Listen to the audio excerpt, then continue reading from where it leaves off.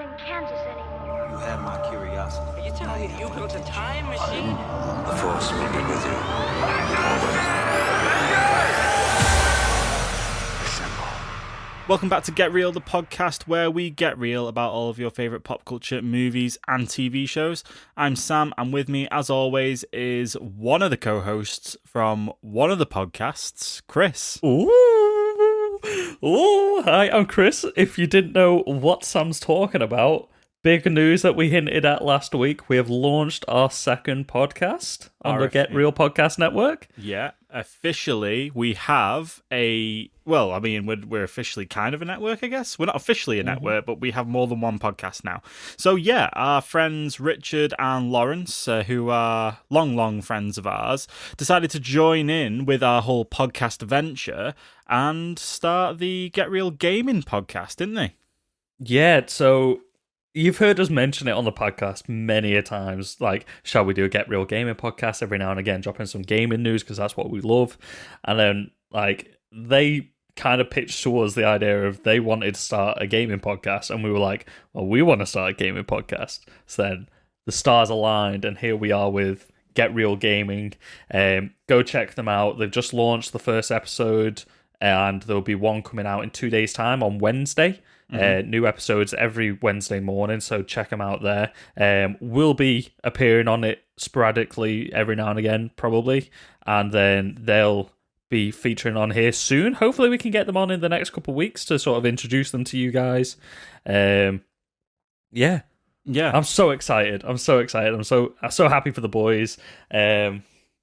I believe this is like not the first podcast venture we've ever been on with them. I mean, many moons ago we did something, and I think we only launched one episode. But that first episode they've done, Chris, is actually pretty good. Like, I've listened to it today, like a bit more all the way through, and yeah, it's awesome. They've really killed it. And yeah, a little bit of everything covered off. They're both really, I was about to say sociable boys, but you know, I mean, I don't know. I mean, you've got to be on a podcast. But yeah, no, just really entertaining. I think episode 1 smashed it. They're talking about the console wars, the console showdowns, because obviously the new console's about to launch. We've talked about that on here. And it's really insightful what they're talking about. And it was nice to hear some outside opinions as well. I listened to it before it went live. And once it gets into like the meat of that episode, I'm like, yes, boys. Yeah. Talk to me. We may even go as far as hosting one of the episodes maybe next month sometime, and just host it on our feed. So if you see that, give it a listen. Head over to getrealgaming.buzzsprout.com. Link will be in our description. Just make sure you go check it out and give them a little bit of support. But anyway, and check us out on our socials as well, because they're using our socials at the same time. So it's the best place to keep up to date with both podcasts. So that's Instagram, Facebook, Twitter, everything like that. Stay up to date on there for both podcasts. You can get all your bloody gaming and your film and TV news all in one place, and know when we're having to, when we're releasing episodes and stuff. You're not having to go across, you got to follow us on 4 different social accounts and anything. We thought, we'll just keep it all in one place, which all in one place is definitely been the right move. It's like buy one, get one free on Instagram, isn't it? My God, it is buy one, get one free, really, isn't it? Look at that. One podcast for free, and you get a second one also for free. Yeah, and that's it. So the way it works is that they're releasing episodes every Wednesday, I believe, which means that you get double the amount of Get Real in a week, and my dogs are really excited about that as well. Shout it, Pooch, shout it. Give it a sec. Well, then we'll carry on. Right, so we are a bloody film and TV podcast, Chris. So we better start talking about films and TV. We are a bloody film and TV, bloody podcast. But before that, what have you watched this week? I thought you were about to say, before we get into film and TV, here's something else again. Right, I actually wrote a list because I watched quite a bit this week and I didn't want to forget it because it was good stuff. Okay, go ahead. Okay, so started off the week, I watched Annihilation. Finally got round to watching Annihilation. Okay, interesting. Wow, that film is such a cool film, but I'll be honest, I didn't fully understand it when it got to the end. Like, I definitely need a rewatch to fully understand. Like, it's one of those like sci-fi-esque films where clearly they're trying to explore something about humanity at the same time. Mhm. And like I did get lots of different bits about it and stuff, but I don't feel like I got the whole thing. And it's Alex Garland that did this, who wrote 28 Days Later, and he wrote and directed Ex Machina. So it just made me want to watch Ex Machina again. It's got Oscar Isaac in as well. Natalie Portman in this is fantastic. She really does carry the film. Mm-hmm. But it just got to like a bit at the end, and then you're like, oh, wait, what? Oh, what? Who? And then you're like, a lot of it is played out in like silence. It's just like, characters interacting and stuff like that. And you're like, I feel like I am missing something, because it did get very complicated in like the last quarter of the film. Mm-hmm. And normally I'm all right with stuff like that, but this was trippy, man. It's fucking mad trippy. It's crazy to think this was like a straight to streaming film when it got released as well. Like, way ahead of it its was time. in the UK. Oh, okay, yeah. Oh, it did go into cinemas, yeah. Yeah, it got like a wide cinema release in like America and stuff like that. It got a limited cinema release in the UK. Because I remember I was going to get tickets to go see it, but then I ended up being busy, so I couldn't go see it.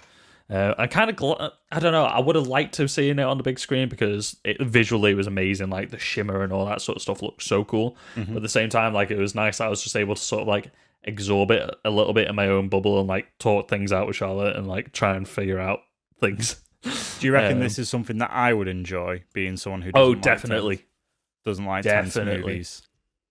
It wasn't that tense, really. You know, there was like there was like 2 bits of like intense gore, but like it wasn't much of a tense movie. Okay. There was like 1 bit of like tension.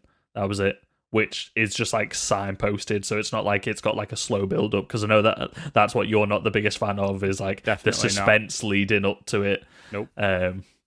So yeah, it was fine. I don't know why some people are classing it as maybe like horror-esque film. I don't think it's got any of them things. It's like, it's just trippy sci-fi, you know what I mean? Okay, that sounds good. Because that's what always put me off watching Annihilation, is because you know I don't like scary films very much. And it's coming to that time of the year where I try to just stay away from watching things that people recommend to me, because they're all far too scary. But yeah, I don't know. It's It's such a good film. You'll really enjoy it. Okay. I think that most people that listen to this podcast will enjoy it. I'm also wondering, because I haven't read the books or anything. It's based off a trilogy of books. I don't know if this is all 3 mixed into one, or this is just the first one. The way they ended, it still had some loose ends that I feel could have been picked up in like a following novel. Like this did only feel like one novel, but wasn't entirely sure if they just like truncated loads of bits of it. So maybe Alex Garland might return to this franchise or something. It'll be interesting to see. I think it did pretty well through obviously Netflix funding and being released and stuff like that. It did get a really good reception. Whether it made enough money to warrant a sequel, I'm not entirely sure. Cool. Anyway, next one. I finished The Haunting of Bly Manor. I think we talked about it quickly the other day. Yeah. I thought it was a really good series. It was slow. It started off with quite a quick pace, and then it slowed down quite a bit, and then ramped up really quickly at the end. I don't think it was. I think it was a really good series, but I think it had a few issues for me. Just with like pacing and like certain things being like really highlighted, and then sort of like they get dropped off, and then other plot lines coming out of nowhere, and like this is the biggest plot line now. It's like we're over halfway into the series, and then you're only really just bringing in these things. There's a couple things like that. I thought the cast nailed the acting and stuff like that. Owen, played by Raoul from iZombie, he was great. He was so charming in it. And the last episode did like leave me really choked up by the end of it. It was like quite an emotional ending for a series that's meant to be a horror series. I didn't think it was that scary. There was a couple of like creepy bits, but I didn't think it was like really that scary. Starts off like the first end of the series having like quite a few like mini jump scares. Mm-hmm. And then after that, it's more just sort of like creepy visuals and stuff. Okay, cool. So something that I may be able to tolerate. Yeah, definitely. What I saw of the first season, that one was like a bit scarier, but I feel like I connected with the themes in the first season a bit more from what I saw of it. Okay, cool. The Haunting on Hill House, that is. Whereas this one was nice, but I don't think I related with all the themes as much. This one tackled a lot more about guilt. I've seen the memes online. Seen the memes? There's quite a lot of memes for the Haunting of Bly House. I haven't seen that many memes. There's like some girl, so I don't know whether it's some girl who gets her head chopped off or something, but I've just seen memes of like this girl stood there and then another picture of her without a head or something. So I don't know whether that's something from the Haunted of Bly House or whether it's just something totally different. I don't remember that from the... No, maybe that was from the first season because it has got a lot of the same cast. Maybe. Oh, okay, yeah, probably from the first season. Maybe. Yeah. After that, I watched Fences. So this was on BBC, not BBC, sorry, Film 4 the other night, and I caught it. I was so glad that I finally had a chance to watch this. This was Denzel Washington's directorial debut, starring Denzel Washington in the lead role. It's got Viola Davis in there as well. Some of the actors that you'll recognise. It's a proper just like slice of life. I think it's in the late 50s or 60s. In is it Chicago or New York? I can't quite remember. I can't remember where it's set, but basically it's a slice of life about a couple of family like struggling with times and like sort of like it's almost like Denzel Washington's character almost like reminiscing on his life and how it's impacting his future and his family. Sort of like got themes of like sins of the father and all that sort of stuff, like how much do you pass down onto your kids and all that sort of stuff. It was a brilliantly acted and brilliantly written film. I don't think it's for everybody because it is like it's a slow paced slice of life, but it's based off a theatre play, so it feels like that when you're watching it as well. It's just normally set in the one house. Typically, it's all set in the most of it's set in the back garden. Where obviously the fence and the fences and the theme of building fences and stuff like that. I thought it was a great film. It also relates to something that we got in trailers as well. So I was really glad that I managed to check this out before. I may as well name drop it now. Ma Rainey's Black Bottom. It's the same writer of the play.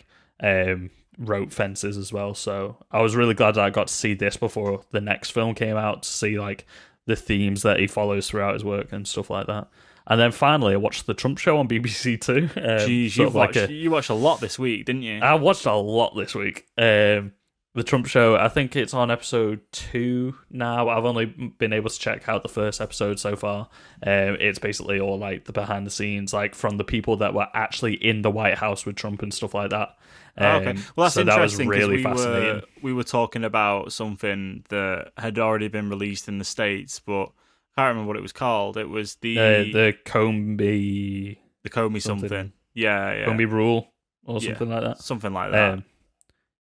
Yeah, I thought it was interesting that we had just found out about that, and there's like this dramatic retelling of it, and then there's this like behind the scenes like documentary series about it as well.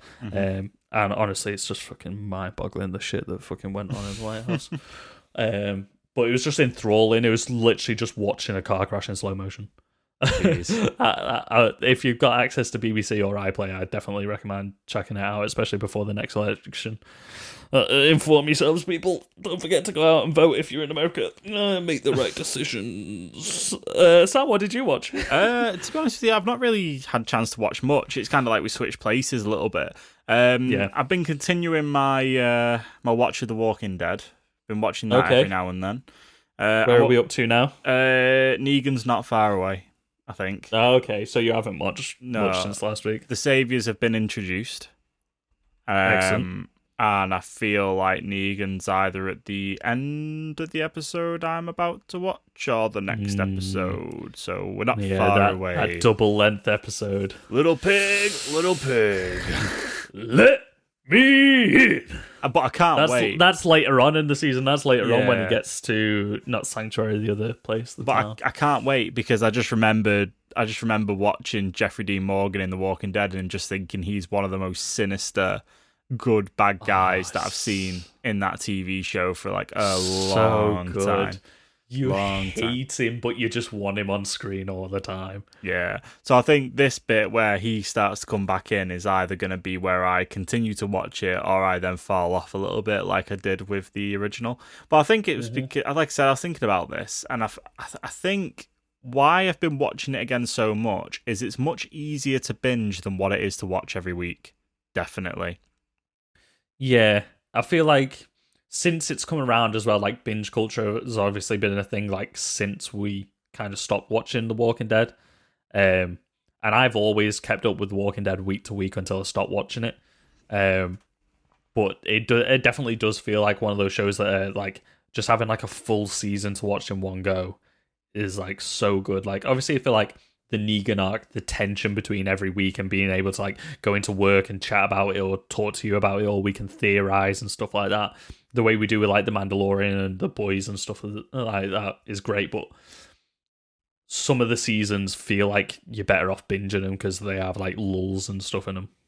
Yeah, defo. And then other than that, I've not watched anything really. I've got a couple of things on the list of things to watch. So before we move into news, I guess this is a little bit of a pre-news story. Obviously, the new Borat film's out. That was meant to have been received really well, so I think that's definitely what I'm going to watch. Maybe we'll do an episode on it next week. Who knows? I think I might actually watch that right after we finish recording this, ready for next week. Yeah, and then there's a couple of other bits that I've got in my lists that I want to watch. So I was going to give... give me 2 seconds. Let me just flick over to my my list. Oh, God. What, you know what? When we talk about really terrible layouts for fucking streaming services, just all the time. Star Trek Discovery started up again. So I was kind of feeling a little bit tempted to maybe go back and give it another chance because I'm not a massive Star Trek watcher. Or I've not really watched much in terms of Star Trek. So I've never been massive, but I did enjoy season 1. I thought season 1 was really good. Yeah, and I think now maybe that we've got a bit more out. Like I said, I think I prefer to maybe binge a couple of episodes now and watch that. Upgrades. How far into season 1 did you get? Episode 10, I think was the last one that I watched. So I don't know whether I finished it. I think there was only 12 or 15 episodes in season 1 anyway, so you were pretty close. I thought season 1 was a lot better than what I've seen in season 2 so far. They're introducing Spock in season 2, but I feel like it's just taken a bit too long and like, I don't know. I just don't think season 2 clicked with me as well as season 1. And then I think the other thing looks good. And then the other thing on my list was Peanut Butter Falcon. I think I'm going to give that a watch. Oh, that's fantastic! I want to talk about that on the podcast because I loved that film. Yeah, I don't know. I keep coming across. I want to watch more films because I keep stumbling across TV series, and I think when it comes to, especially with The Mandalorian round the corner, I don't want to be having too many TV shows on the go, which I think is why I'm trying to smash through my rewatch of The Walking Dead so much. But yeah. So, I reckon maybe we try and find a version of Honey Boy as well, and we do like a Shia LaBeouf, like Peanut Butter Falcon or Honey Boy, because they came out around about the same time and they were getting a lot of buzz together. So Peanut Butter Falcon, man. Shall we transfer over to news? News. Get us rolling. I haven't really got any news, so you drop. I've got a real quick little what's the word I'm looking for, which links one thing to another? Segue. That's what I'm looking for. I had a little segue there. I don't know how legitimate this is, by the way. I don't know whether I've just seen it on covering off perhaps legitimate news on this podcast that we cannot confirm whether or not it is true or not. However, we got this covered.com and IMDb also did this, which makes it a little bit better. But apparently, Shia LaBeouf is being reportedly eyed to play a popular Star Wars character. Oh. Now, a lot of people have been wondering if Shia LaBeouf was going to come into the Star Wars universe, would he play a brand new character? Would he play someone that already exists? Would it be a TV series on Disney Plus? Would it be a film? One thing that kind of circulates around a little bit is perhaps Kyle Katarn. Okay. That's who went through my mind to begin with, because like that is a character that everyone's itching to come in, and like I could see him in that sort of role. Yeah, I don't know. I think probably the whole Shia LaBeouf into Star Wars would be a little bit of a lukewarm kind of. I think you've got a couple of haters definitely. who may not want him to come into it, but you know, They just need to watch Peanut Butter Falcon. That's all I'm saying. Yeah, for sure. Watch something that wasn't as not controversial, on the fence maybe, which has got like love and hate maybe. Maybe watch something that isn't a bit like The Last Jedi, which is a bit hit and miss for people. I think if you get like somewhere between like Shia Fury and Shia Lawless, he's good in Fury. In Peanut Butter Falcon, like somewhere on that sort of like spectrum, then I think a Kyle Katarn type, like, you know, like a smuggler character would be pretty cool. Yeah, like Kyle Katarn starts out as like a kind of like a Han Solo-esque character, and then becomes like more of a Jedi as the games unfold. Yeah, he's literally like a smuggler Jedi in a way. Yeah. But yeah, no. Right, other news stories. Let's move on, shall we? The next big story we've got this week is that Jared Leto is to reprise his role as the Joker in the Snyder Cut. Okay, so I've literally just found a new article which relates to this as well. That apparently Joe Manganiello is reportedly going to be coming back as Deathstroke now as well. I've seen that break about 2 hours ago. Yeah, so are we going to get like a couple scenes of the Legion of Doom or something like that? Because that's what we had set up at the end of Dawn of Justice, didn't we? Yeah. Now, this is a lot to shove into this limited series or whatever. Make it 6 episodes. Yeah. Fuck 4 episodes, make it 6. Yeah, it's a lot to put in, though, isn't it? I mean, if you like, the thing is it's either going to be a lot to put in, or you're setting up something. But anything that you set up in the Snyder Cut has got to be followed through. Because why would you not set something up, or why would you not do anything like where you reintroduce Jared Leto's Joker, who wasn't in the original Justice League at all, and then you bring in Joe Manganiello's Deathstroke again? It's like, well, why would you do that to then not set that up further? You get me? Yeah. But so I put this. This story was on our Instagram on Friday when we recorded this. But I kind of felt posting it that I was expecting a little bit of a love-hate thing about the post. Now, a lot of people are really angry about Jared Leto reprising his role. Yeah. But one thing you've really got to think about is Warner Brothers are aware of the problems with Suicide Squad, and they were aware of what people thought about Jared Leto's portrayal of the Joker, right? People are aware of that. They know. The Joker film has been out, and people have seen what people liked from the Joker.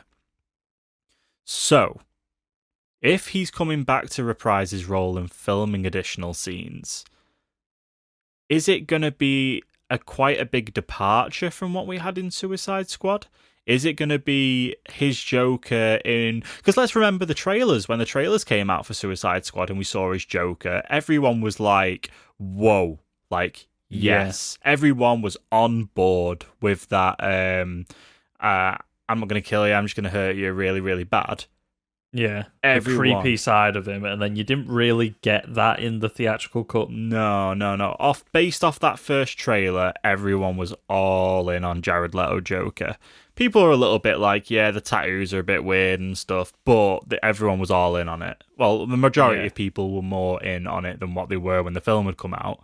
So maybe they work with that. I don't know. I'm actually quite interested to see him back, because he's a very interesting take on the Joker. It's very different versus what we've seen kind of in films already, I guess. Like, it's very much different from The Dark Knight, and very much different from Joker that we got the Joaquin Phoenix version. So, I don't know. I think it's going to be quite if he comes across as quite a brutal type, like like a mob boss, brutal kind of, I don't know, a bit of a Negan-ish thing, you know what I mean? Yeah. think that would be really interesting.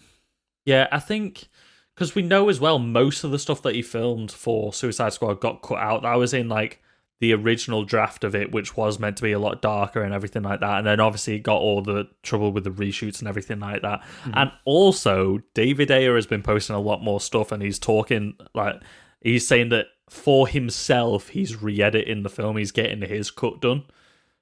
Like, okay, I've also seen this around. David Ayer is saying that he's like re-editing him just by himself at home as like a little project type thing. It's like, would Warner Brothers let him say that if it wasn't going to go somewhere? Like, maybe the Ayer cut is coming, but I think Jared Leto's version of the Joker got lost in the edit of Suicide Squad. 100%. And I think if he is then brought into the fold with Zack Snyder directing him and maybe being involved with the Legion of Doom, if we've got Deathstroke being back, and maybe Lex Luthor will come back and stuff like that, because I think Lex did actually have a couple scenes filmed for Justice League which were cut, possibly. So maybe we're getting like maybe towards the beginning of the series or whatever it ends up being. I know they've said a 4-part series, but if they're bringing all these back and doing bigger reshoots now, maybe it's going to change. Maybe it's going to be something to like bring the Justice League together a little bit as like a mini team up, or like a couple of them like Batman and Wonder Woman team up to try and take out the Legion of Doom or something like that. Or even just a bit of prelude stuff would be cool. Like, just general Batman versus Joker stuff at the beginning, just to get a little bit of that. Well, that's what I was about to say, because we haven't seen anything of the Batman working by himself, have we? Like, every film that he's been in has been part of a collaborative thing. He hasn't had... Ben Affleck hasn't had a solo Batman film to explore his rogues gallery or like any of his past, or working by himself or anything. So you could have like a montage at the beginning of him taking down all these different members of his rogues gallery. Don't know why I can't say that today. Or it could even be like a post-credit thing. Maybe it ends with setting up the Legion of Doom, and that might have been something that Zack Snyder wanted to tackle in the future. Isn't it strange? There's loads of different versions, but I'm intrigued to see what he does with these characters once he's actually able to use them. Isn't it so strange that we're talking about Ben Affleck's Batman, even though we've got the Robert Pattinson Batman in the works at the minute? We got him just down the road from us. Yeah, it's just so odd that that's the new thing, and then we're still going to get Ben Affleck's rendition of Batman in the Snyder Cut. It's just so weird, isn't it? It's weird, and it was weirder that they were both meant to come out next year. I mean, the fact that the Batman's been pushed back to 2022 now, hasn't it, in the end? Yeah, sadly. Like, it's not quite as weird having the two Batmen in the same year now, but it is still strange that we're still talking about essentially a project that is now, 5 years old? Oh my word, yeah, literally. Almost, like, since we first started, like, seeing stuff about Justice League, it's definitely, like... When Dawn of Justice came out in, 2017? Yeah, it was when the DC EU was still, like, in its infancy. Yeah. So weird. So weird. Yeah, it's really weird. But there's a little bit more Speaking of... the Batman, they've moved production to Chicago now as well. They're doing some set dressings and stuff like that. I don't think Batman himself has been seen on set yet, or Robert Pattinson or anything like that, but we've seen shots of like set dressings in Chicago and stuff. They're getting ready to film, sort of like the underbelly of Gotham with like the overhead railways and everything like that. They're getting ready to shoot all that sort of stuff. They're putting stickers around the city and things. Maybe it's a little bit of that bloody tier 3 lockdown that's taking them out. You never know. Well, they always plan to shoot in Chicago to get sort of like that city vibe from it that you're not going to get from Liverpool. Like Liverpool's there for like the architecture and like the old Gothic stuff like that. Yeah, I mean, Gotham's been all over, really, hasn't it? It's been in Glasgow. They filmed in Glasgow. Yeah. And then they filmed in Liverpool, Chicago, green screen. Chicago. Pinewood, probably. Hey. Crazy. Like, moving on with a little bit more of the Batman stuff, we've seen more shots of him on top of the Liver building in Liverpool, which is just the most hilarious photos I've seen. wearing a big old wingsuit about to jump off. I think we talked about that last week, didn't we? Yeah. But we got some video footage coming out as well. And then there was that photo of him that I'm gonna put on our Instagram, so it's probably already gone out by now. But he looks like Batman Ninja, where he's got like that black robe on. I don't know whether you. Oh yeah. When I saw it, I thought like, oh, this would be so funny to like start some fake news about it being Batman Ninja. I've seen a few people saying like he looks like he's getting more like Palpatine as well without the just needs a hood and stuff. Big old Literally, robes. Yeah. Unlimited power. Unlimited Limited batarangs. We've also had some more photos revealed from Suicide Squad 2 or the Suicide Squad. Yeah, so this has James come Gunn was from posting stuff. Empire. It's come from Empire, an exclusive from Empire. Their cover, they've got 2 covers coming out. One with all the Suicide Squad looking serious, one with James Gunn with all the Suicide Squad looking less serious. Cool. Looks awesome. It's on our Instagram if you want to head over and have a little look. We should promote socials more at the top. It's at GetRealPod at Instagram.com. No? Hang on. It's on at GetRealPod on Instagram. Yes, at GetRealPod on Instagram. Head over and check it out. Give us a follow. It's the same on Twitter as well and Facebook. Looks cool. I mean, they say this is like the world exclusive first look. It's probably a first look at like more behind the scenes stuff. But if you were at DC Fandom or was checking anything out from DC Fandom, you got to see a lot of this anyway. You got to see a lot of the characters. Yeah. King Shark looks cool. I'm really happy with the just dopey looking shark that they've gone with. Just makes me very happy. Everything looks cool. I'm excited. There's not really much critique about this. Some of the costumes look a little bit dopey, I'm not gonna lie, but that's the whole point. Yeah. Like, they are fucking dopey characters. Like, these are Z-list DC Polka characters. Dot Man, and we're assuming Arm Fall Off Boy or whatever. Yeah. The detachable kid, we think he's being called. And So yeah, exciting. Looking forward to it. I don't know whether I might actually pick up this copy of Empire and have a little look at the behind the scenes stuff that they've got. I haven't bought a copy in ages. But I think the last copy of Empire I bought was potentially Avengers Endgame. Potentially. Yeah, I did get the Endgame copy. I think I got the Rise of Skywalker issue as well. I think that might be the last one that I got.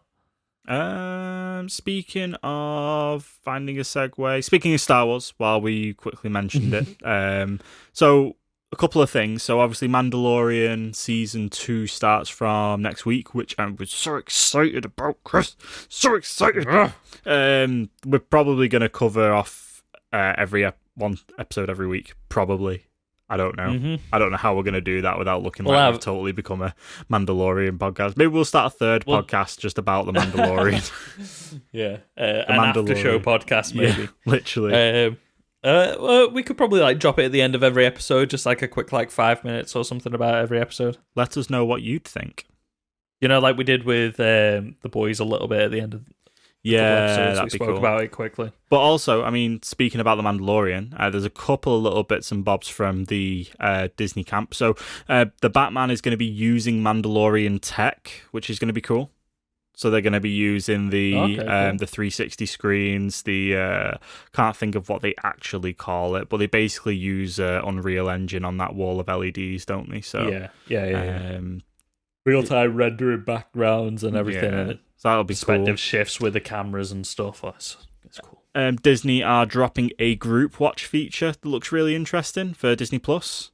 Yeah, you sent that to us and the boys. The boys from the Get Real Gaming podcast. Yeah, group because chat. I really wouldn't mind watching it this way. Really, actually wouldn't mind watching it as a group watch. Watch episode 1 together. We can get all our reactions to it, and then maybe we have them on for that episode. Maybe Mandalorian. That might be cool. Maybe we'll just get them on for every episode at this rate. We are all huge fucking Star Wars fans. So. Yeah, absolutely. And then also off the back of... basically, group watch is basically you can watch it with a group of people, just in case it wasn't that obvious. But why they're only just doing this now. Probably off the back of The Mandalorian, but this would have been so handy like 3-4 months ago. But can't complain too much, circumstances. Yeah. And also the final little bit of Star Warsy news before we talk about something else was Ewan McGregor did in-costume camera tests for the Kenobi Disney Plus series on the set of The Mandalorian. He's back. Yes! Jesus is back. Yes! And he confirmed that on the Happy Sad Confused podcast. Happy Sad Confused? Yeah, he revealed he went onto the set of The Mandalorian to do some in-costume camera tests with his show's director, Deborah Chow. Now, there has got to be a photo of this somewhere that either hasn't landed on the internet Somebody yet. leak it! Please leak it if you were there and you, by whatever means, listening to this podcast. How is this not leaked yet? Like, that would have been, like, the biggest leak ever. It is Disney, though, so they are absolutely all over. They were probably like, no cameras. None of you can have cameras out right now. Put all your cameras, all your phones away. Yeah, but we get leaks from the MCU, don't we? Yeah, but this is like just a quick test shot. So, I don't know. Someone's probably took a photo of it because that's why you're testing it. Glorious, that perfectly trimmed beard and swishy hair. Ewan McGregor's little face. What does he look like right now? That's the question. He looks like Obi-Wan. Very good. We saw it at the beginning of lockdown when he was doing the barbecue stuff. And he was like, he had the hair and the beard back and everything. It's like, yes. He's also done a new Long Way Down series. Yeah. I think it's Long Way Up. Is he in Africa or is it South America? I don't know, but I definitely want to watch it though because I remember watching The Long Way Down years ago and really enjoyed it. Yeah. So yeah, definitely. It's on Apple TV, so. Mm-hmm. And our last little story that we can chat about is a first look at Tom Holland as Nathan Drake from Uncharted. Tom Holland. Hello there. Tom Holland. I'm Tom Holland. Oh, I'm just battering the wardrobe in this ghetto setup that I've got going on right now. Exactly how Nathan Drake is going to batter some, I don't know, ropes or something. Don't know what. Never seen it. I've never played Uncharted. So. Oh man, the Uncharted games are good. I don't have a PlayStation. I played 1 and 2. So I had a PlayStation 3. But, costumes. He looks great. Costume's pretty on point. It is just Tom Holland as Tom Holland, basically. It's Uncharted 1, Nathan Drake. Like, the costume from the first game, like, the white, like, half sleeve or three-quarter rolled up sleeve, white, stained, like, t-shirt. He's got the necklace and everything. He's got the same combat pants and everything. It's literally just... They've taken the character and just put Tom Holland's face on it. Yep, I did you all a favour and compared it on the Instagram, so you can go over and have a little look at that if you want, see what you think. Do it. I think he looks pretty good, and I'm loving everything that Tom Holland's doing at the moment, especially after The Devil All the Time. We know he can be a bit more serious. He's not always like juvenile. No. Peter Parker. Mm-hmm. So, give me more. Very good. Right, trailers? Trailers? Right, you take it away on trailers because I know you've seen quite a lot already in terms of trailers. Yeah, I'll do the ones that I've seen and then I'll bring you in towards the end for the ones that we watched together just before the podcast. How many trailers did we have dropped this week? Roughly. We had a lot. I've got 5 here. I can run through a couple of them super quick. There's 2 main ones that we want to talk about, which will be done at the end. So, Dreamland, first of all, this is a Margot Robbie film. She plays like an outlaw, and then she stumbles across like a ranch with this like teenage like wannabe bounty hunter-esque character. He's also smuggling people across to Mexico and stuff. So it's Margot Robbie, and the other lead in this is Finn Cole, who, if you've seen names left me, Peaky Blinders, he's from the later series of Peaky Blinders. He's the son that was given up for adoption, but then he comes back into the family towards the end. Okay, cool. That's the only thing that I recognise him from. It's also got Garrett Hedlund, who was Finn's son in Tron Legacy, so he's the lead role in Tron Legacy. And then Travis Fimmel, who is Ragnar Lothbrok from Vikings. He was the lead role in Warcraft as well. So it's like sort of like Midwest sort of outlaw, almost Bonnie and Clyde-esque towards the end. Seems pretty cool. Loads of like mad sandstorms and stuff hitting as well. Shootouts and ting. This is dropping on Amazon Prime on November 13th. Cool. So after that, we've got Proxima, which seems like this just came out of nowhere, but it seems like a really interesting film. It's the way that I would describe it is, you know, like that one scene in Interstellar where Matthew McConaughey does the best acting of his life, and like he sees his kids' lives unravel in front of him, and like he has all that emotional moment and everything like that. Mm-hmm. It's like the entire film is basically based off that sort of premise almost. It's Eva Green is playing, I believe, like trying to translate in my head. It sounded French. I believe she was playing a French astronaut. And it's got Matt Dillon in there, who was in The House That Jack Built, The Outlanders. Not Outlanders. What was it? The Outsiders, I think it was. You'll know his face if you see him. Like, he looks like one of the guys from Entourage. He always plays something about Mary. He's always sort of like an older Chad looking fella. But basically she's going to leave on the first Mars mission. And it's about all sort of like her having to leave her daughter behind and the struggles between them and everything like that. There's a quote in there. It's like, there's no such thing as a perfect astronaut, the same way there's no such thing as a perfect way of being a mother and stuff like that. So it's very much sort of like, it felt like, you know, the last scene that Matthew McConaughey's character has with his daughter before he leaves to go to space, and then it's that scene where he watches his daughter's life unfold in front of him. It seems like it was all based around that premise. Anyway, that comes out November 6th. It seems good. It's getting like 5-star reviews from everywhere. So maybe it might sneak into some of the award nominations, maybe. One that I think definitely is the next film, Hillbilly Allegiancy? Elegance? I've completely forgot what this word even is. I'm looking at letters. Elegy? Elegy. That's what I was thinking. And then I was like, so an elegy is a sad poem. Yeah, it fucking seems like it. Sad poem, serious reflection, usually in a lament for the dead. Yeah, that pretty much seems like it. So this film, Hillbilly Elegy, we got there, stars Glenn Close and Amy Adams, both like nominees. Glenn Close is an Oscar winner and stuff like that. Amy Adams has been nominated for tons of stuff. She's won Golden Globes and Emmys and stuff like that. But it's a Ron Howard film. It drops out on Netflix on November 24th. It's based off a true life memoir of sort of like a struggling mother after she loses her husband and the father of her kids and stuff like that, and her struggle to raise kids, and it shows it through like multiple different timelines, and it's all about like how the three different generations get on with it. So Glenn Close is a sick grandmother, got Amy Adams as the mother, and then you've got her son, and sort of how people fall apart and fall off the wagon and get back on and raise kids and struggle to raise kids, and have like dysfunctional families, how sometimes like grandparents have to take over and stuff like that. And it seems like a really like intense emotional drama. It's Ron Howard. It looked beautiful, some of the shots in there, but it's dropping on Netflix on November 24th. It seems like it's going to be like being pushed towards awards and stuff like that, because they are also releasing it in selected cinemas, which is what Netflix do whenever they want to push for an award, like The Irishman. So yeah, I think this is definitely could be a contender for awards next season, just based off the trailer. So we'll have to check it out.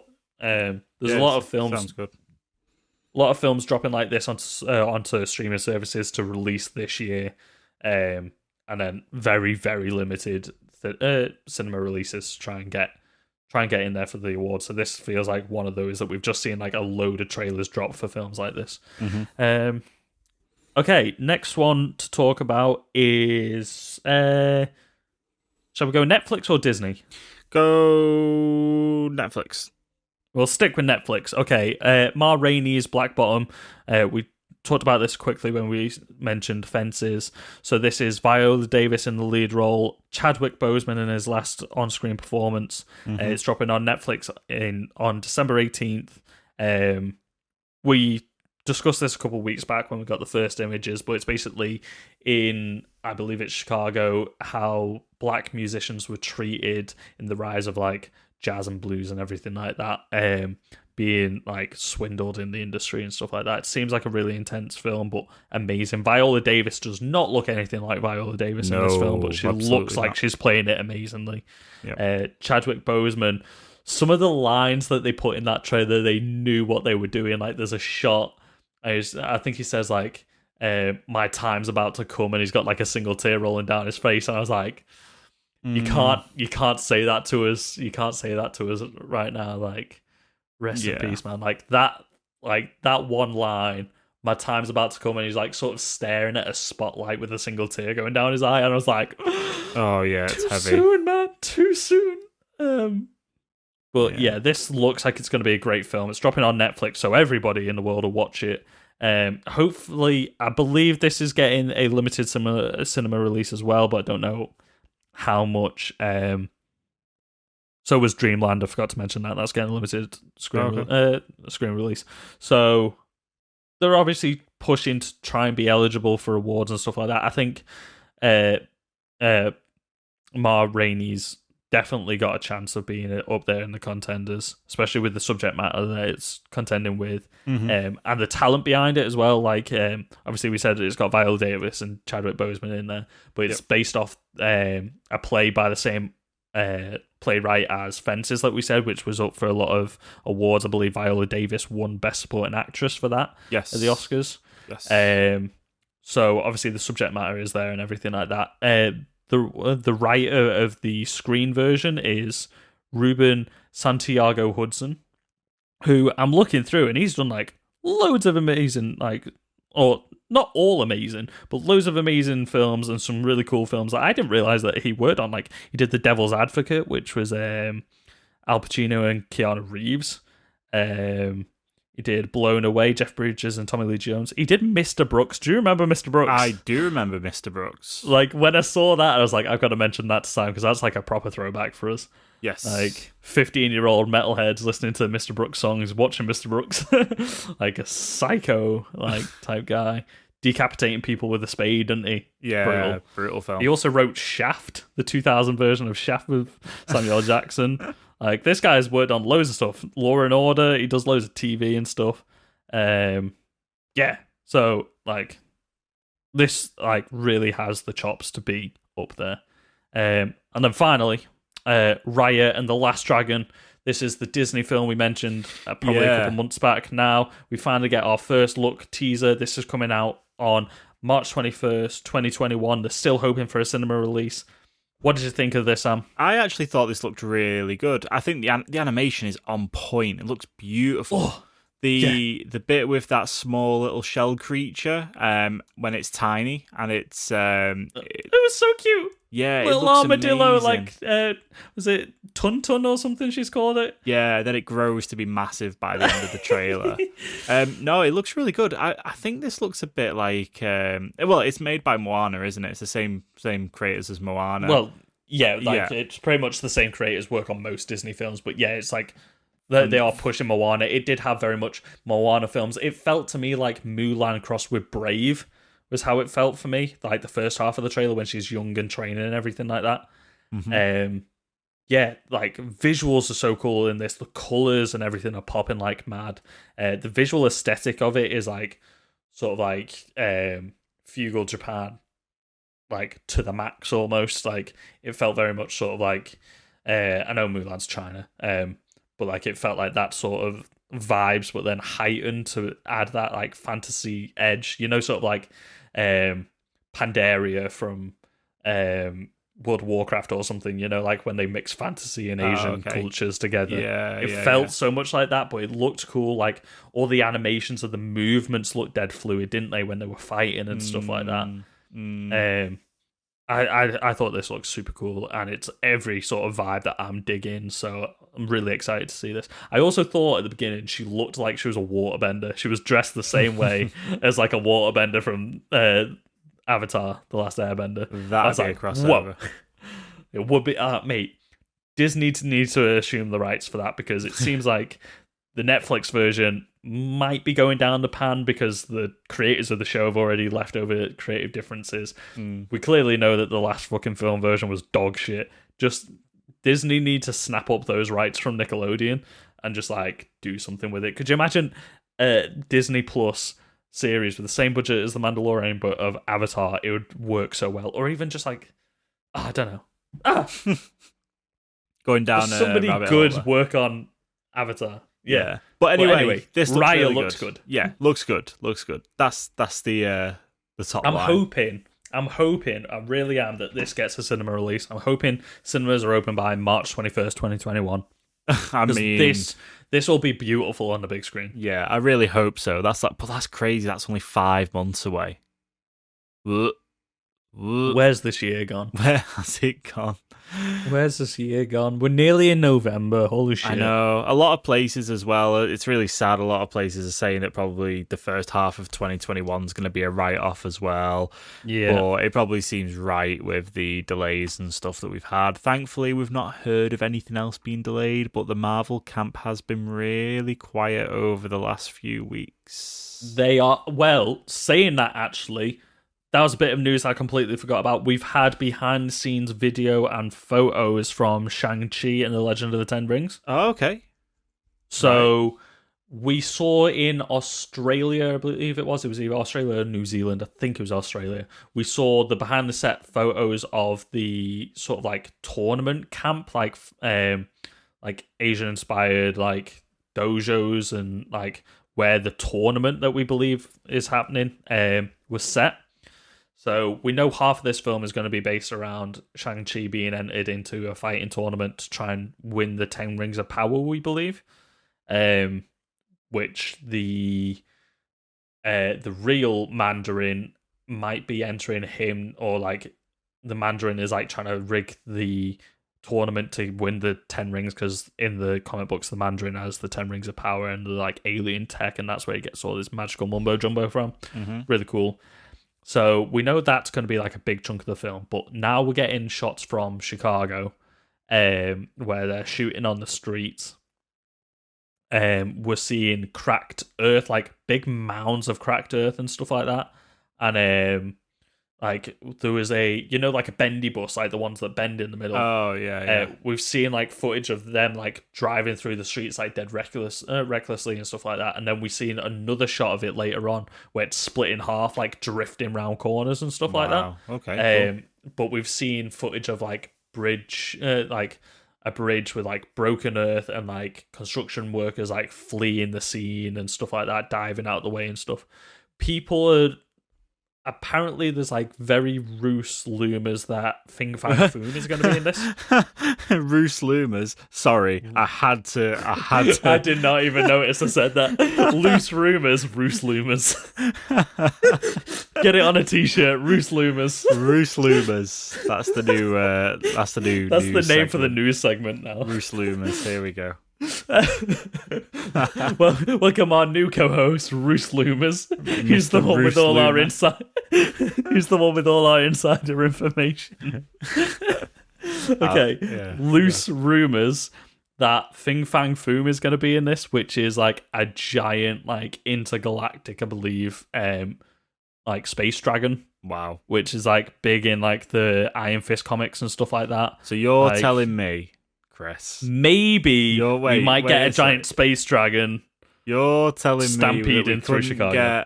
We couldn't get a normal dragon in Mushu, in Mulan. In Mulan, sorry, but we could get a big intergalactic time traveling dragon in Shang-Chi. We couldn't even get a dragon in Iron Fist or The Defenders, where both seasons were about somebody killing a dragon. So anything to do with a dragon, you know now. Come on, everyone's got to know the dragon has to be in there. Unless it's the Iron Mask, in which case get rid of that dragon. Just just work on that dragon more. Stop working on the same fight between Arnie and Jackie Chan, and just work on that dragon for fuck's sake. Yeah. So maybe like this Earth is sort of like, maybe like Fing Fang Foom is like dormant underneath like Chicago or stuff, because we know like dragons were underneath New York and stuff like that. So maybe he was dormant underneath Chicago, and then like the Mandarin with the 10 rings awakens Fing Fang Foom or something like that, and that's what these like huge craters are and stuff, is like where he's burst out the earth or something, and like he's running amok in Chicago. Although like Shang-Chi doesn't really have many superpowers, he's just like the best martial artist. Don't know how he's going to take out an intergalactic dragon, but I'd love to see it anyway. Like just a Bruce Lee style fight against a dragon. Just punch him in the eye a bunch of times. You know what I mean? Blind that dragon. You can just punch a dragon out. I could punch a dragon out. You could punch a dragon out. Yeah, easy. Sam versus a dragon, right? Let us know. Tweet at us. Who do you think would win in a battle? Sam versus a dragon using only his fists? Watch this. Nobody ever tweets out at us, and then I'll get tweeted out to like a 1v1 fight versus like some martial artist or something. Standard rules, right? Standard rules. You're launched into the middle of a boxing ring. These are our standard rules. Okay. Boxing ring, you versus dragon. Than the normal standard rules that we ever hear about. Yeah, because I don't want to rip off anybody else's standard fighting rules. Like, our standard fighting rules is you, because it's just a fist fight as well. No. You on one side of the ring, and a dragon on the fucking other side of the ring. The dragon is also wearing boxing gloves. And who would win in the fight? Oh my god, it's like the Gulag. Jeez. It is. Fucking Gulag Gang. Let's go. Gulag Gang. Here we go. Right. See you in the showers, boys. Oh, God. Right. Anyway, that wraps up trailers. Shall we move on to the main topic this week that we have failed to mention throughout this whole episode so far? But it's in the title, thank God. The Trial of Chicago 7. Yeah. So this is Aaron Sorkin's latest film. He wrote and directed it. He wrote The Social Network. He also did... Let's get a quick Google. I did remember all this last night. So he wrote for The West Wing, Newsroom. He wrote and directed Molly's Game, which came out last year. I believe that was the one about the insider gambling ring with Jessica Chastain. Mm-hmm. Yeah, Jessica Chastain playing Molly in Molly's Game, and it had Chiwetel Ejiofor in it. He also wrote A Few Good Men and stuff like that. So he's a great writer, and he's finally stepped into directing. I think if you've watched The Social Network, you know what you're getting in for with this film. Mm-hmm. Like in terms of script, anyway. So I'll give you a brief synopsis. This is the synopsis that I found online. The film is based on the infamous 1969 trial of 7 defendants charged by the federal government with conspiracy and more arising from the countercultural protests in Chicago in the 1968 Democratic Nation Convention.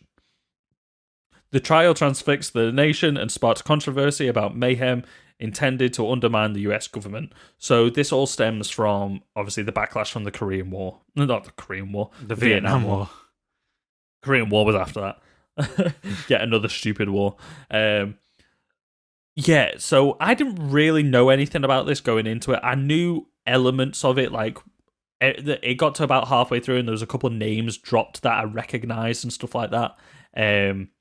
This is a big gap in like sort of my knowledge of American history, so I didn't know anything about this trial or anything before this came up. Obviously, like I said, there were certain characters in it that I recognise from other things based around the Vietnam War and stuff like that. Yeah. And there's a character in this who is actually getting his own film, which we talked about. Do you remember we talked about Judas and the Black Messiah? Yeah. So that has got Jesse Plemons in and Lakecliff Sanfeld, I believe. Okay. I think his name is. So that is revolving around that character's murder, who we get discussed in this film. So we are getting like loads of films around this sort of time. I think, obviously, with the current state of the world and stuff like that, things are getting very close to how they were back around the 60s and the civil rights movement. And the civil rights movement was just before that. But that's included in all this. So yeah, it was really interesting for me not knowing how this trial ended and seeing all the evidence unfold in front of me and stuff like that. Yeah. It's been a while since I really enjoyed a courtroom drama like this. I haven't watched one in a long time. And the majority of this film is based in the courtroom. Like, a lot of these films, you'll find that the courtroom scene will be like, oh, right at the end, and then you'll have like it'll be brushed over. But this really takes its time with the courtroom stuff. The trial took near enough a year in total. Yeah. Like you see, like halfway through the film, they're at trial day 151. So this was like such a huge, infamous trial that, like you said, most of the film plays out through testimony and stuff inside of the trial. It's very rare that we actually get flashbacks to the events. I think it's because we've had multiple films on this in the past, and it is like regular knowledge that a lot of people from especially America have.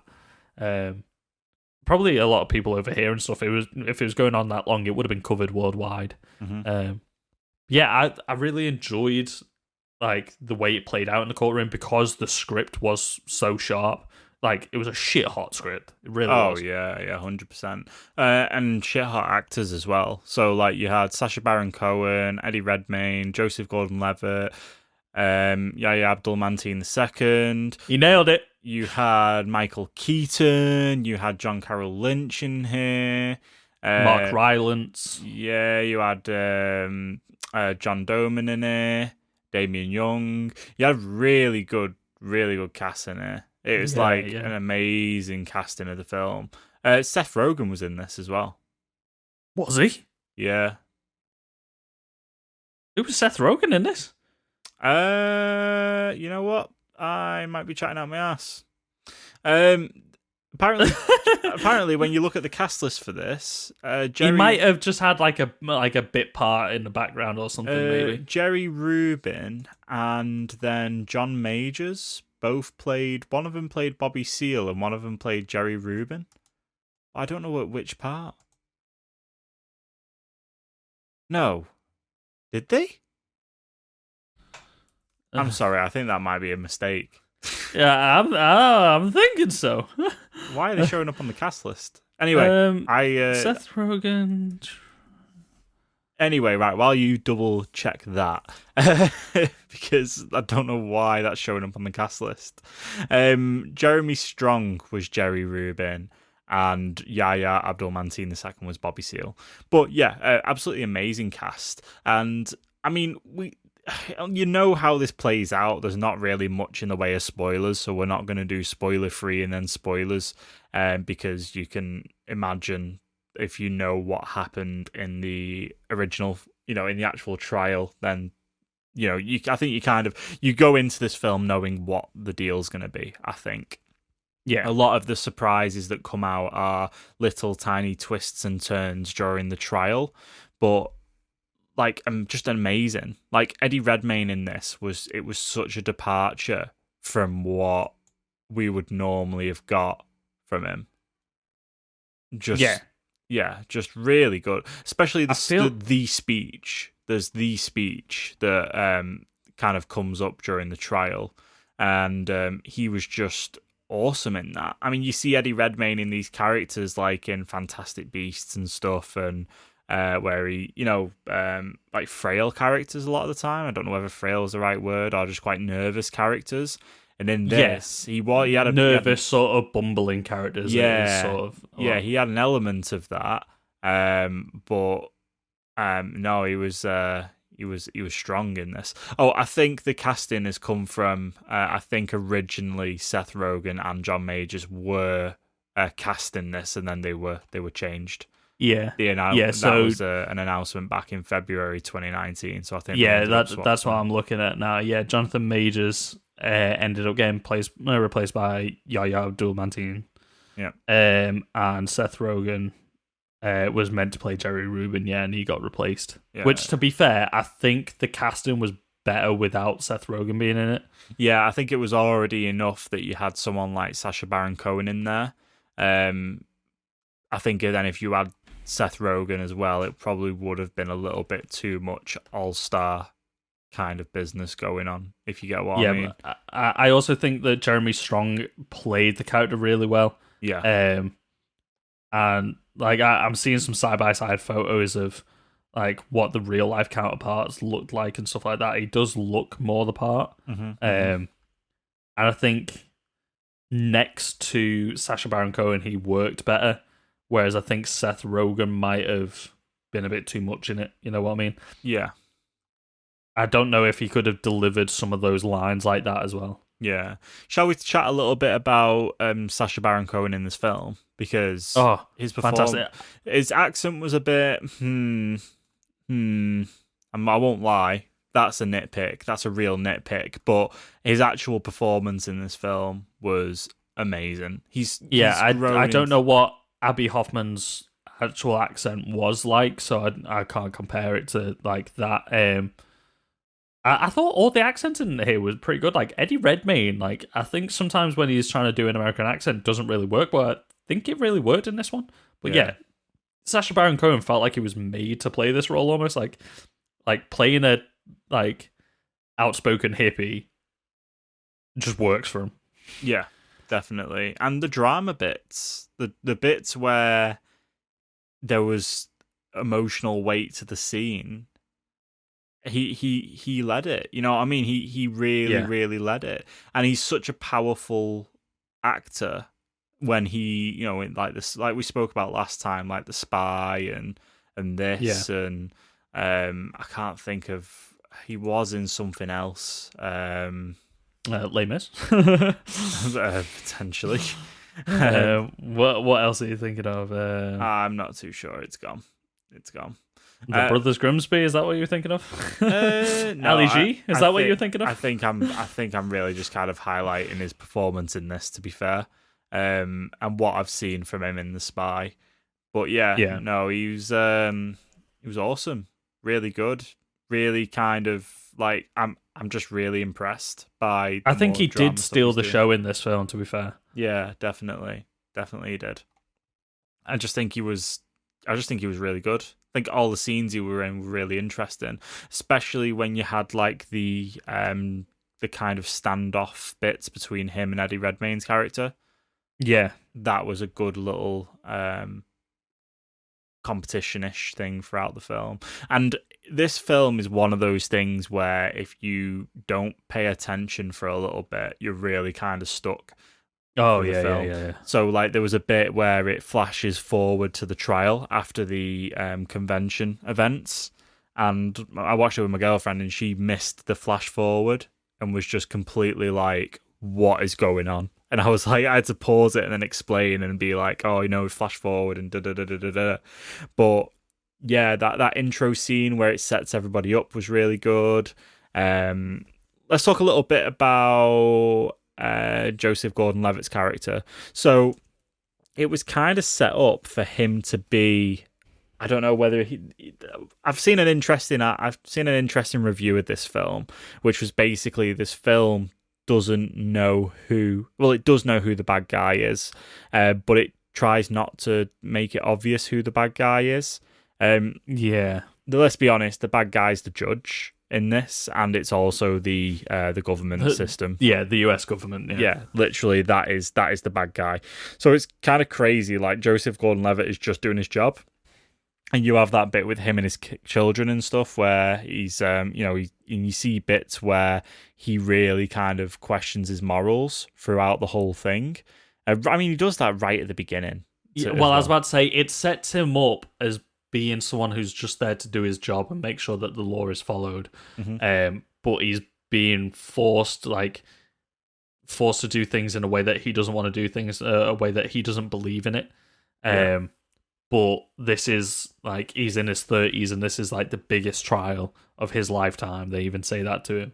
Yeah. And like, it would have been career suicide if he didn't take this. He would have never really worked in the industry on this level ever again, and he wouldn't have got to where he was, and like with having a wife and a family and stuff like that. I think that's why they introduced the kids later on, to like sort of like, because he felt that he had to, and he was going to try and do as much as he could to win, but at the same time, like he didn't want people's morality to be taken away from him. Yeah. So although he was on the opposing side, I think he was kind of hoping that he would lose the trial. Mm-hmm. But I thought that was a nice like role for Joseph Gordon-Levitt. We've seen him play all sorts of roles now. We know he can do amazing work at, like all across the spectrum of acting. But I thought it was just interesting seeing him in that role, and I think he nailed it.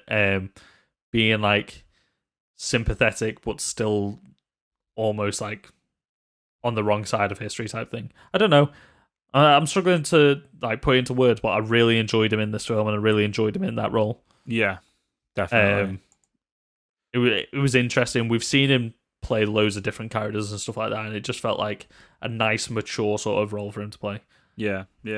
I just loved the reveal moments in this film. Really landed. Like a lot of the moments where, I don't know, like the whole Michael Keaton bit, his bit in the courtroom. Yeah. Where that moment was amazing, and it's almost like a lot of it's shocking because it's obviously based on a true story. Mm-hmm. And yeah, it's a very good film. It's been highly received. Let me just quickly bring it up. Check the scores there, Tom. Yeah, so the scores, it's 91% on Rotten Tomatoes, it's 76% on Metacritic, 8 out of 10 on IMDb. And on terms of Google reviews, because Google reviews I think are always quite an interesting one to look at as well, because it's just like literally anyone jumps on and does it. 4.8 stars out of 5 out of 1,500 ratings. 95% of people like this film, and I think that's so right. And I think it's done well off the back of being on Netflix as well, to be honest. Yeah, definitely. It's definitely reached an audience that wouldn't typically go out and watch a courtroom drama. Yeah.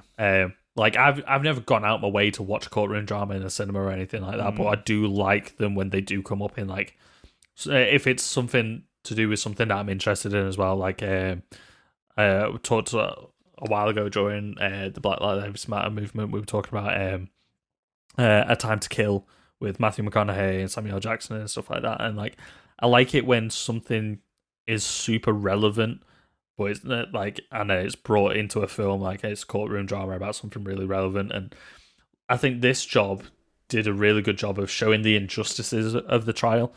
Like, obviously everybody knew what happened, but like being able to show like just how wrong the government was on every step of the way and everything like that. Yeah. And like they didn't need to make these characters sympathetic because they already were. And we already know the outcome, and we know that they weren't the ones in the wrong all the time. Obviously there's questionable things on all sides, like why certain people had certain motivations to do stuff. Like the way that things worked out in the end, it was probably always going to happen whether people did certain things or not. And I think that's like one of the things that it shows is like it was just a culmination of so many different things and people taking the opportunity to get at these people. Like, yeah, and that's the theme of the movie, is the theme of the whole court trial, as it says right at the beginning, is the decision has already been made at the beginning of the trial. Yeah, and you see that off the back of the reactions of the judge and everything else, and even the whole Bobby Seale like arc we've not really talked about, but like how that is constantly, you know, he's in the courtroom and he's always having to stand up and stuff and be like why am I here? You know, I've not got a lawyer. Yeah, and just brutal. Like, well, that's what I was about brutal. to. I was literally just about to bring that up. Like, it is like it was such an injustice, and it was like infringing on his like his amendment rights, like his civil rights. It was just impeaching on at all points. And like they said, like they introduced one black member into like this group just to like try and make them seem more intimidating. They had never met each other or anything like that. He wasn't even in the city anymore when these events unfolded or anything. Like, he was completely innocent of all things in this, and he was just getting abused and abused and abused. Literally, we see him get like physically beaten and gagged and everything, and return to the courtroom.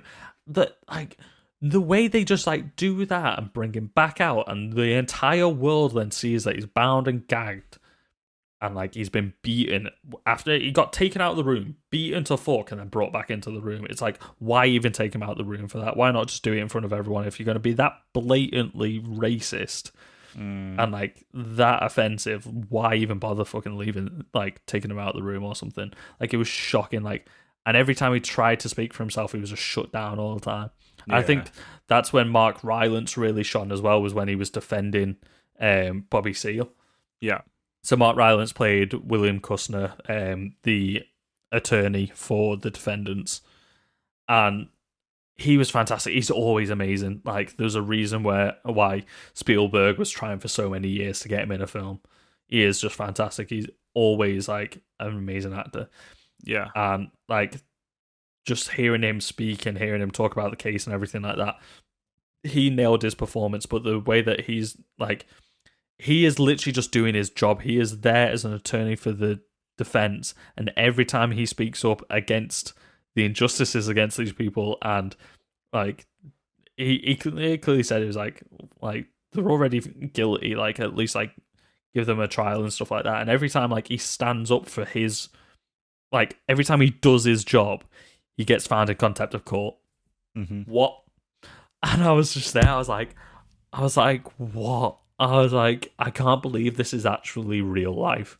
Yeah, you literally sit there and like are actually like shocked. Like, there was so Just many disbelief. moments I was just like in absolute disarray because of imagining this happening in person.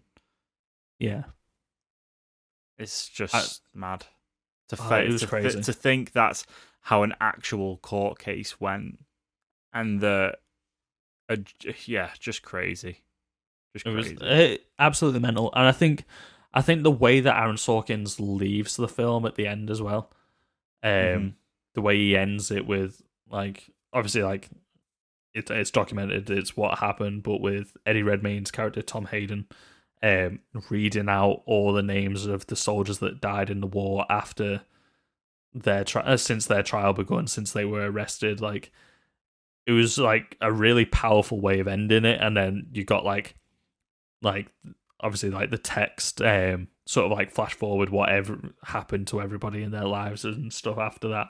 Like, it just proved that like these were good people on trial for a bullshit reason and stuff like that. Yeah. And like, that was like a really emotional ending for it, and the way that he let it play out so much, like they didn't just like fade to black straight away. Was like, it was really nice how they let it play out, and it gets you in the feels. It really does. Yeah. Speaking of fade to black, there was only one like the editing was almost invisible in this, and like the editing didn't really do anything too interesting. It just served the script. You know what I mean? It wasn't like you're like, wow, masterpiece of editing. It was well edited, so you didn't notice it, except for one part.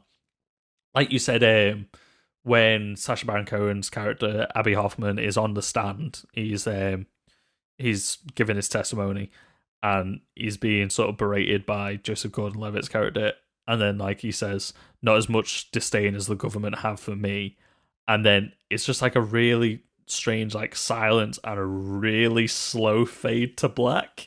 Yeah. Like, it's like 2/3 of the way through the film, and that felt like a really jarring cut for me. Like, that edit did not work for me because you didn't really get any real fade to blacks really other than that one.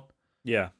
Other than that one and the end, and it just felt like, you know, when an edit's out of place, it's like if like just in the middle of like, I don't know, like a courtroom drama, we got like some psychedelic trippy like hyper edited thing like Guns Akimbo or fucking Spring Breakers or something like that. It just felt like so out of place. Like it could have been something equally as outlandish. Yeah, like, I mean, to think about it pulled me out for a second. I was like, oh shit, yeah, I'm watching a film now. Like, yeah. It was the only time like I really noticed the editing of it. It felt strange. I mean, I'm thinking about it now, and it probably what that edit shows to me is, I guess it's just to show a big passage of time, because there's not a lot of that during this film. It is very much like there's flash forwards in terms of dates, but I guess that was kind of to let you sit on his character had serious moments, but they were very, very kind of picked and chosen throughout the film.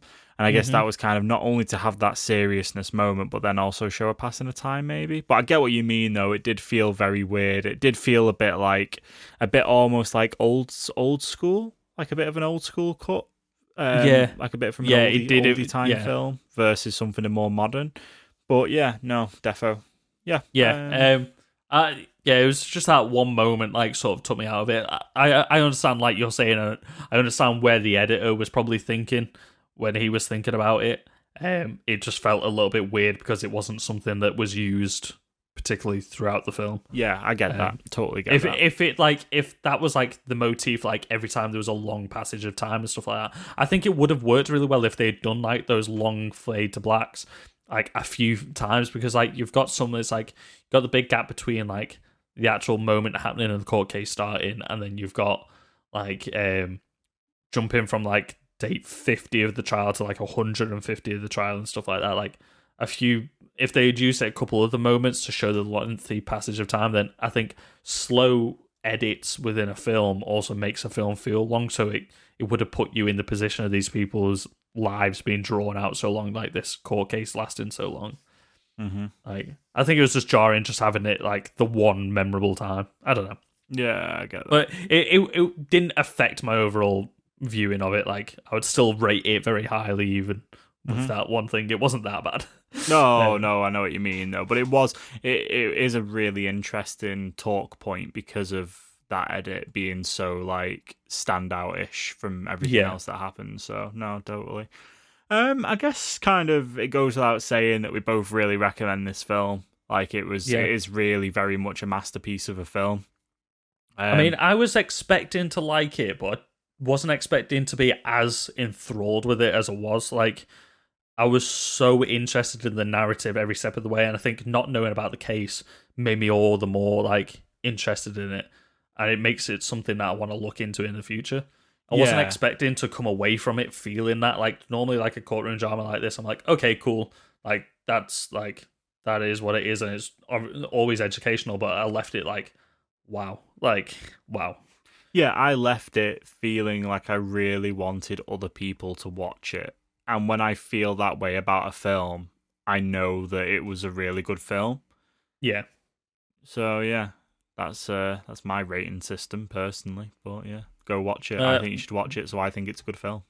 What would you give it out of like a 10? I'd give it a solid. You know what? I think it was just like a 10 out of 10. I don't think there's anything wrong with this film. I don't know whether there's parts of this film that I don't know whether are factually spot on or not, you know, because with stuff like this, you sometimes find that things come out that, oh, this wasn't exactly right or that wasn't exactly right. But I think as long as it was, and this is what actually happened, and it was a very accurate portrayal of what, because I'll be honest, we watch films. I didn't go in and do research and look at the actual events of what happened. For me, the film's enough. And if it was, then yeah, 10 out of 10 for me. What about you? I would probably say high 9/10 out of 10. Fair enough. I think in terms of courtroom procedurals like this, I think definitely it's a 10 out of 10. I think in the grand schemes of most films, I'd probably say 9. I don't think there was anything particularly wrong with it. I just don't. I think there are 10 out of 10s out there. Yeah. I think getting a 10 out of 10 is super difficult to do. I think this is like 9.5. Like you said, nothing wrong with it, really. Yeah, it won't be everybody's cup of tea. What is a 10 out of 10 for you? While we're on the topic of it, 10 out of 10 for me. Curiosity. The only one that I'm thinking of right now is like Blade Runner 2049. Oh, okay, that's fair. Or like, I love Wolf of Wall Street. Like, I guess one of those films that you. I guess it's one of those films that you will watch a lot, and then you'll kind of like almost burn yourself out on it. Yeah, I think like if 10 out of 10 for me is something that I just want to analyze every single frame of it, like every line of dialogue from it and stuff like that. Stuff that creates a massive conversation after it as well. Yeah. Like I think this one definitely will start a conversation, but it'll be more of like this was happening back in the 60s, how atrocities like this still able to happen. I don't think it's so much it's going to be a discussion about the film. I think it's going to be a discussion about the subject matter. Whereas like 10 out of 10 films for me are like they're like the top dog films. You know what I mean? Yeah, fair enough. Like, yeah, what would be a 10 out of 10 for you? Last First one Jedi. that came. Only joking. Oh, do you know what? Last Jedi for me is close. Yeah, I enjoy The Last Jedi. Hate me. That's definitely a 9 out of 10.